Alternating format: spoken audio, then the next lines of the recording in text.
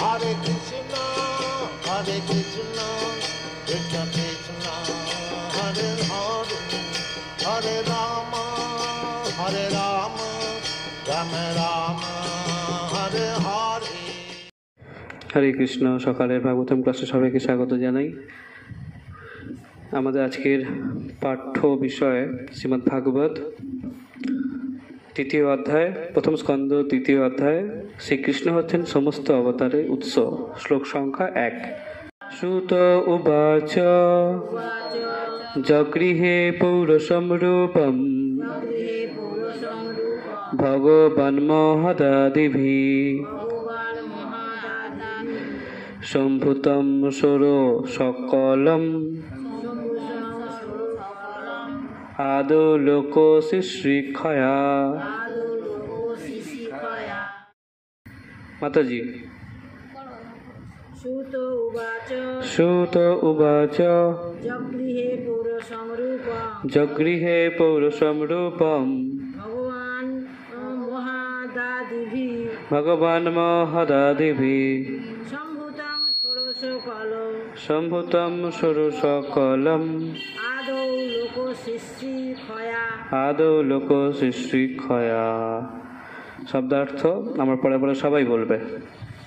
সুত উবাচ, সুত গোস্বামী বললেন, জগৃহে গ্রহণ করে, পৌরসম ভগবানের অংশ,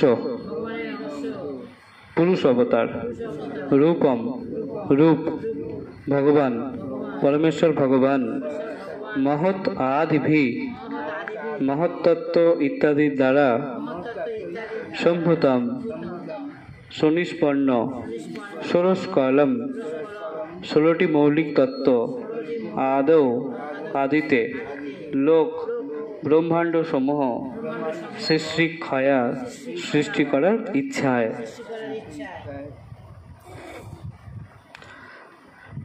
শ্রীল প্রভুপাদকৃত অনুবাদ। শ্রীল সুত গোস্বামী বললেন, সৃষ্টির আদিতে পরমেশ্বর ভগবান প্রথমে তার পুরুষ অবতারের বিরাট রূপে নিজেকে প্রকাশ করেন এবং মহত্তত্ত্ব, অহংকার এবং পঞ্চতৎমাত্র আদি জল সৃষ্টির সমস্ত উপাদানগুলি প্রকাশ করেন। এইভাবে জড়জগৎকে সৃষ্টি করার জন্য তিনি প্রথমে 16টি তত্ত্ব সৃষ্টি করেন।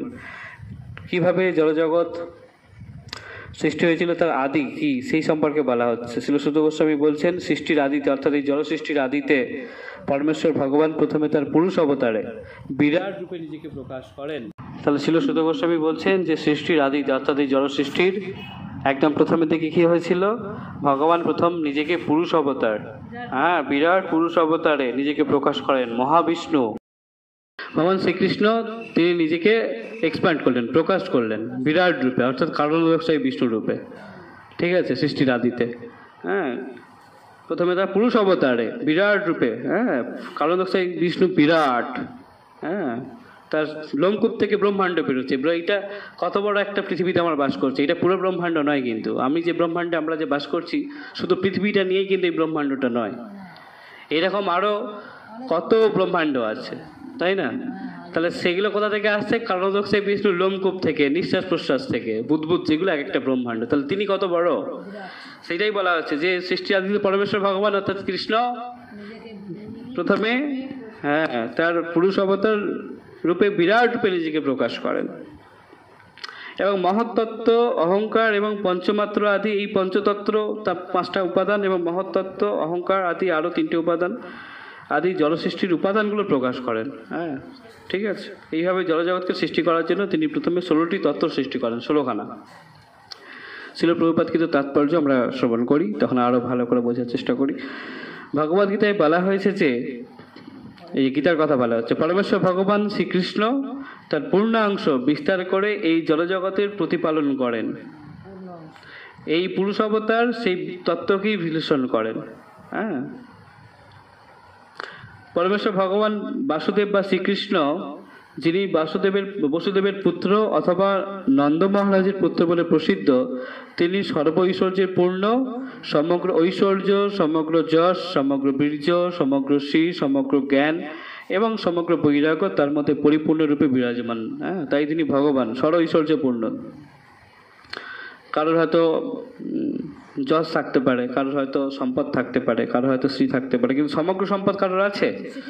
সমগ্র শ্রী কারোর নেই। সমগ্র যশ, বীর্য, জ্ঞান, বৈরাগ্য সব সম্পদ থাকার পরেও কারোর হয়তো সম্পদ আছে, তার বৈরাগ্য নেই। তো সমগ্র সম্পদের মালিক হয়েও সমগ্র বৈরাগ্যের মালিকও তিনি। তার ঐশ্বর্যের একটি অংশ নির্বিশেষ ব্রহ্মরূপে প্রকাশিত এবং অপর একটি অংশ পরমাত্ম রূপে প্রকাশিত। হ্যাঁ, তার ঐশ্বর্যের একটি অংশ নির্বিশেষ ব্রহ্মরূপে প্রকাশিত, অর্থাৎ আলোক, জ্যোতি, আলোক রশ্মি, ভগবানের দেহ নিশ্চিত আলো, সেটা ভগবানের অংশ, তাই এটা ভগবানের ঐশ্বর্য।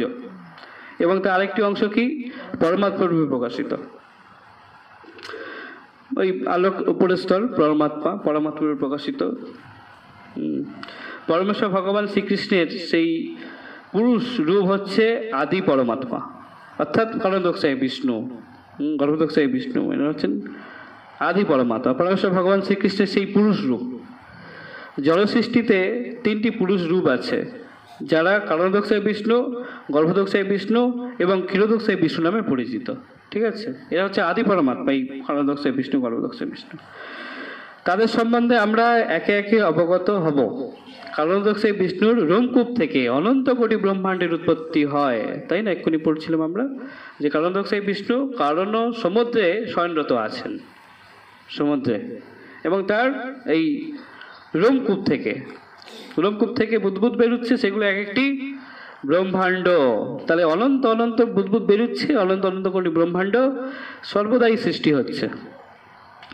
এবং প্রতিটি ব্রহ্মাণ্ডে তিনি গর্ভদক্ষায় বিষ্ণুরূপে প্রবিষ্ট হন। ব্রহ্মাণ্ডের মধ্যে গর্ভ উদকে, হ্যাঁ, তিনি কি হচ্ছেন? গর্ভদক্ষায় বিষ্ণু, কারণদক্ষায় বিষ্ণুরই প্রকাশ। কারণদক্ষায় যে বিষ্ণু থেকে যে ব্রহ্মাণ্ডগুলো তৈরি হলো, হ্যাঁ, সেই ব্রহ্মাণ্ডের মধ্যে গর্ভদক্ষায় বিষ্ণু প্রবেশ করছেন। এই যে কারণদক্ষায় সমুদ্র শুয়ে আছেন, এই, ঠিক আছে। আর এটা রোমকূপ থেকে সব ব্রহ্মাণ্ড বেরোচ্ছে, এই গোল গোলগুলো দেখছো, এগুলো হচ্ছে ব্রহ্মাণ্ড। আর এই ব্রহ্মাণ্ডের মধ্যে এই গর্ভদক্ষায় বিষ্ণু শুয়ে আছে, লক্ষ্মী দেবী যার পদসেবা করছে। হ্যাঁ, অর্থাৎ তাহলে যদি আমি প্রশ্ন করি, কারণদক্ষায় বিষ্ণু কজন? কারণদক্ষায় বিষ্ণু অনেক।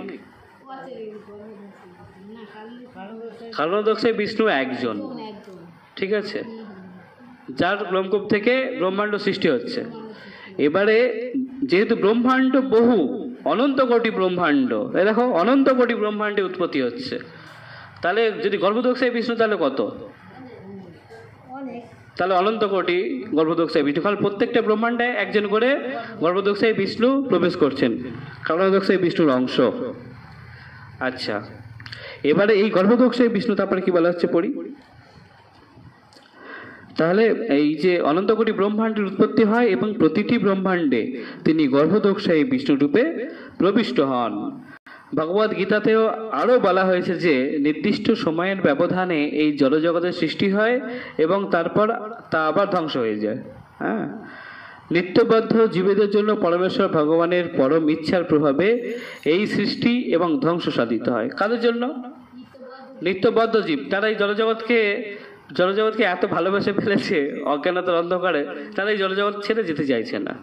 হ্যাঁ, জেলে থাকতে থাকতে, জেলে খেতে খেতে বাহ ভালো দেখানে, হ্যাঁ, কিন্তু প্রকৃতপক্ষে এদিকে জেলে সবসময় মারধর করছে, তাও ঠিক আছে, ঠিক আছে, সবসময় কষ্ট হচ্ছে, বাইরে কিছু বুঝতে পারছি না, কারোর সাথে দেখা করতে পারছি না, কিন্তু মায়া এমনভাবে গ্রাস করে আছে যে আমরা ভাবছি এটাই প্রকৃত সত্য, এই শরীরটাই প্রকৃত সত্য, এই জড়জগৎটাই সত্য।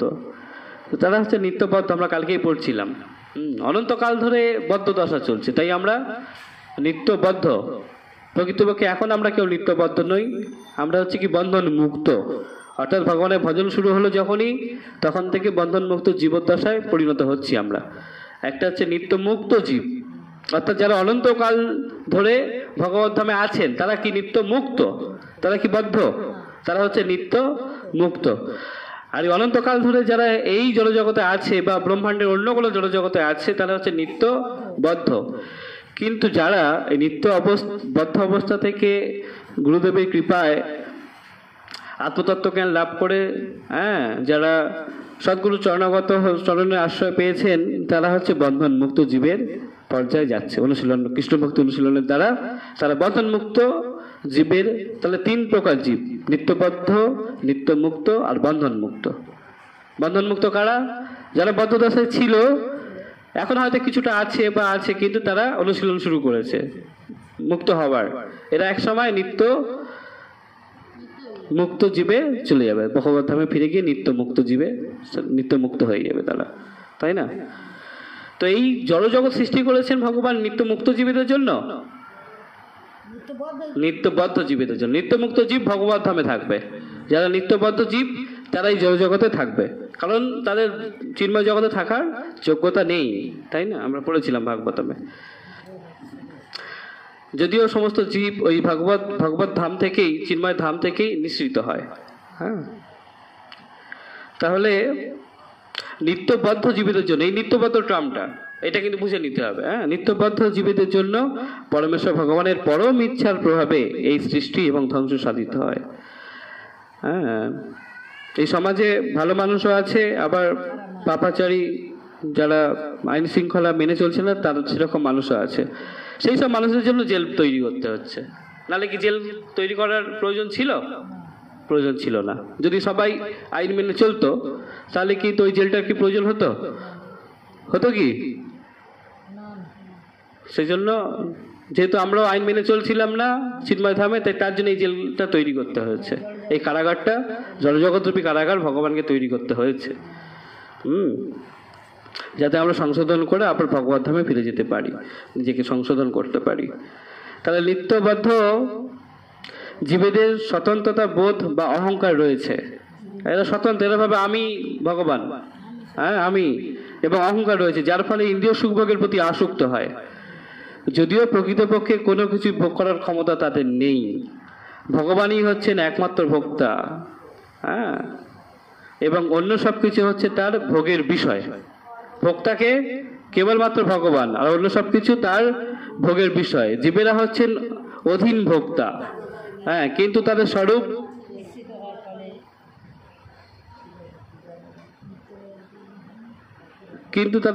বিস্মৃত হওয়ার ফলে নিত্যবদ্ধ জীবেদের প্রবল ভোগবাসনার উদয় হয়। কেন ভোগবাসনার উদয় হচ্ছে আমাদের বদ্ধ জীবেদের? হ্যাঁ, আমরা ভুলে গেছি আমরা হচ্ছি এই কৃষ্ণ কণা, কৃষ্ণ আমাদের পিতা। হ্যাঁ, আমরা ভুলে গেছি আমরা হচ্ছে জীবাত্মা, চিন্ময় আত্মা। আমরা এই দেহটাকে নিজেদের স্বরূপ বলে মনে করছি, তাই আমরা নিত্যবদ্ধ, সেই জন্যই ভোগবাসনার উদয় হচ্ছে। এই জড়জগতে জড় পদার্থ ভোগ করার সুযোগ বদ্ধ জীবকে দেওয়া হয়েছে, আবার সেই সঙ্গে তাদের স্বরূপ সম্বন্ধে অবগত হওয়ার সুযোগও দেওয়া হয়েছে। যে সমস্ত সৌভাগ্যবান জীব যথার্থ সত্য সম্বন্ধে অবগত হয়ে বহু জন্মান্তরের পথ বাসুদেবের চরণাবিন্দে শরণাগত হন, তারা নিত্য মুক্ত আত্মাদের সঙ্গ প্রভাবে ভগবত ধামে প্রবেশ করার অনুমতি লাভ করেন। হ্যাঁ, যে সমস্ত সৌভাগ্যবান জীব, হ্যাঁ, ব্রহ্মাণ্ড ভ্রমিতে কোনো ভাগ্যবান জীব গুরু কৃষ্ণ প্রসাদে পায় ভক্তি লতা বীজ, তাই না?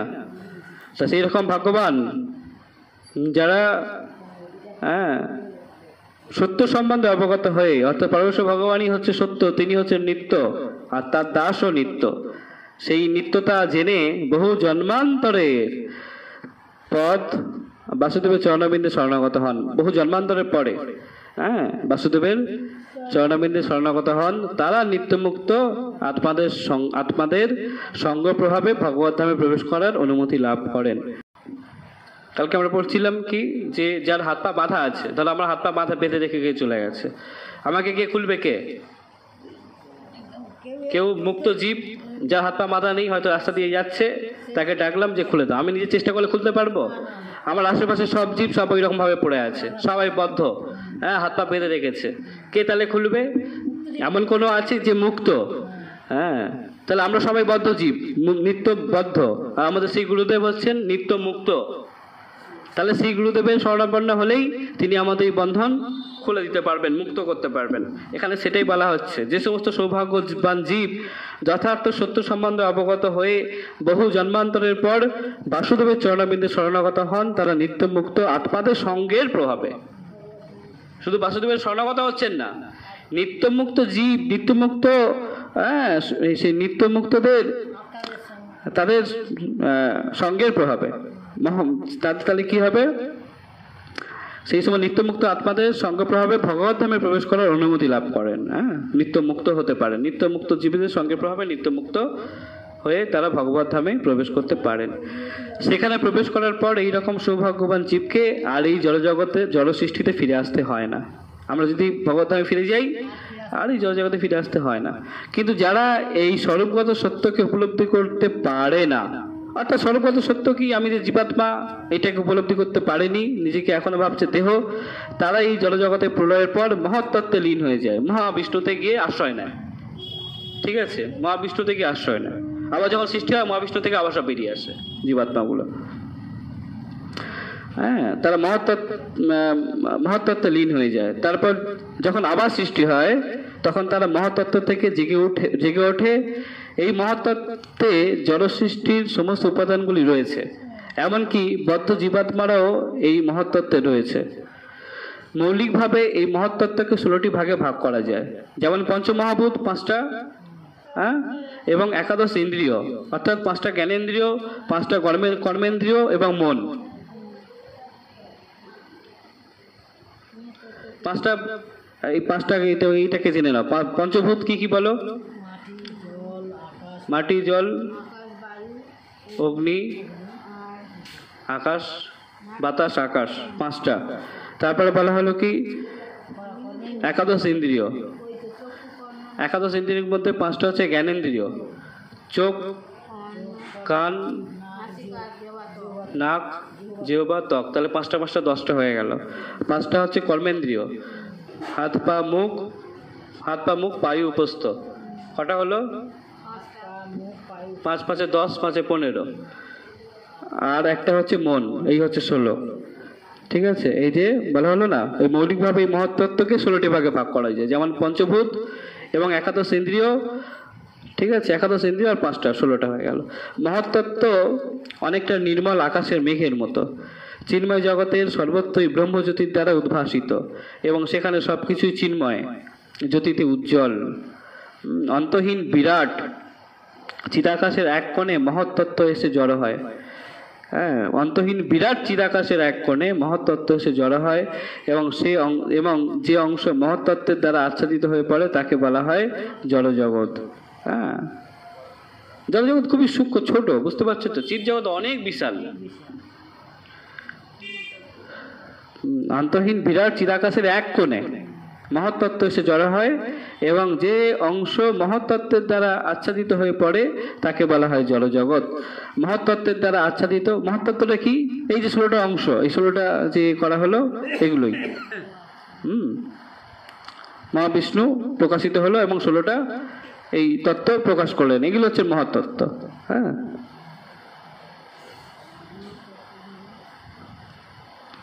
এই যেখানে একটু আলোচনা হলো না একটু আগে, তারপর যখন আবার সৃষ্টি হয় তখন তারা মহত্তত্ত্ব থেকে জেগে ওঠে, অর্থাৎ কারণদর্শী বিষ্ণু থেকে জেগে ওঠে। এই মহত্তত্ত্বে জলসৃষ্টির সমস্ত উপাদানগুলি রয়েছে। হ্যাঁ, এই মহত্তত্ত্ব মহাবিষ্ণু থেকে আসছে। তাহলে মহত্তত্ত্বের দ্বারা আচ্ছাদিত এই অংশটি সমগ্র চিন্ময় জগতের তুলনায় অত্যন্ত নগণ্য। এই জড়জগৎ চিন্ময় জগতের তুলনায় অতি নগণ্য, অথচ সেই মহত্তত্ত্বের ভিতরেই অনন্ত কোটি ব্রহ্মাণ্ড রয়েছে। এই সমস্ত ব্রহ্মাণ্ডগুলির উৎপত্তি হয় কারণদর্শী বিষ্ণু বা মহাবিষ্ণু থেকে, যিনি কেবলমাত্র জড় প্রকৃতির প্রতি দৃষ্টিপাতের মাধ্যমে এই জড়জগৎকে সক্রিয় করেন। শুধুমাত্র দৃষ্টিপাতের মাধ্যমেই এই জড়জগৎকে তিনি সক্রিয় করতে পারেন। তাহলে অন্তহীন বিরাট চিদাকাশের এক কোণে মহত্তত্ত্ব এসে জড়ো হয়, এবং যে অংশ মহত্তত্ত্বের দ্বারা আচ্ছাদিত হয়ে পড়ে তাকে বলা হয় জড়জগৎ। মহত্তত্ত্বের দ্বারা আচ্ছাদিত এই অংশটি সমগ্র চিন্ময় জগতের তুলনায় অত্যন্ত নগণ্য, অথচ সেই মহত্তত্ত্বের বিরতেই অত্যন্ত নগণ্য। আমাদের মনে হচ্ছে যেন এটা খুব বিশাল, কিন্তু চিন্ময় জগতের তুলনায় খুব নগণ্য, ছোট্ট অংশ। অর্থাৎ বেশিরভাগ জীব সব চিন্ময় জগতেই রয়েছে। তার মধ্যে কিছু কিছু কম জীব, তারা ওই কিছু অপরাধজনিত কারণে সেখান থেকে নিষিদ্ধ হয়ে জড়জগতে অবস্থান করছে। তাহলে বুঝতে পারছো, চিন্ময় জগৎ সুবিশাল, অনেক বড়, সেখানে অনন্ত কোটি সব বৈকুণ্ঠ রয়েছে, সেখানে সবাই বাস করছে নিত্য মুক্ত জীবেরা। কোনো প্রশ্ন থাকলে করতে পারো, নাহলে আজকে অল্প বিশ্রাম। মানসা কল্পতরুপস্য কৃপা সিন্ধু বৈবচ পতিতানাং পাবনেভ্যো বৈষ্ণবেভ্যো নমো নমঃ। অনন্ত অনন্ত কোটি বৈষ্ণব বৈষ্ণবী বৃন্দ কি জয়।